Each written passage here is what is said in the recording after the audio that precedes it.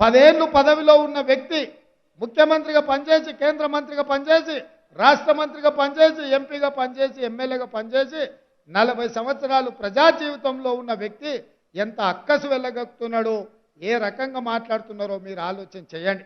ఇవాళ ఆయన బాధ అంతొక్కటే, ఆ ముఖ్యమంత్రి కుర్చీలో నల్లమల అడవులో నుంచి వచ్చిన ఒక రైతు బిడ్డ, రైతు కొడుకు అక్కడ కూర్చుంటే కడుపు మండి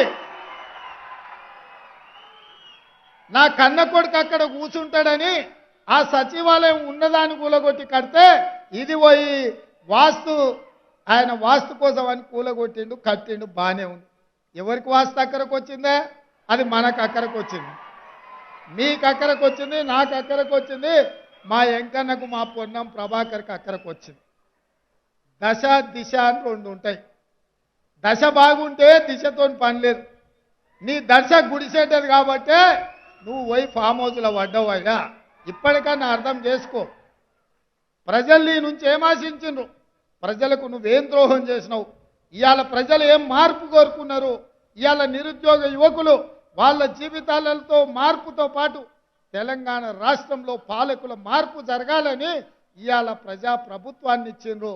ఇవాళ మేము వచ్చి కూర్చున్నామో లేదో, సర్దుకున్నామో లేదో, ఎక్కడ కుండ ఉందో, ఎక్కడ గిన్నె ఉందో, ఎక్కడ పొయ్యి ఉందో వంటొందామనే లోపలనే మీరు వండలేదు, మీరు ఉపాసం మానబెడుతున్నారని మా మీద ప్రచారం చేస్తున్నాడు.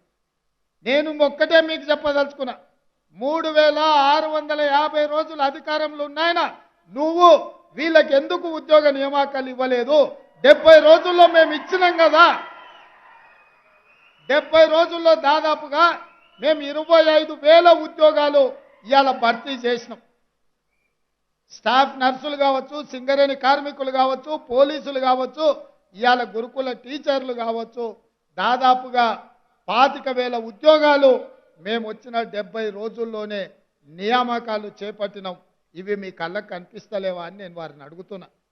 అందుకే ఇవాళ మీరు ఏడ్చినా, పెడబొబ్బలు పెట్టినా, మీరు కాళ్ళు చేతులు ఇరగొట్టుకున్నా, లేకపోతే అమరవీరుల స్తూపం దగ్గర మీ మెడకు ఉరితాడు కట్టుకొని ఏలాడబడ్డా ప్రజలు మీ పట్ల సానుభూతి చూపించారు.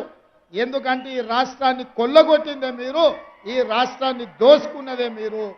ఇవాళ ఈ దోపిడీ ప్రభుత్వం వద్దని ప్రజలు మిమ్మల్ని తిరస్కరించారు. ఇప్పటికైనా ప్రజా తీర్పును గౌరవించి ప్రధాన ప్రతిపక్ష నాయకుడిగా శాసనసభకు రా.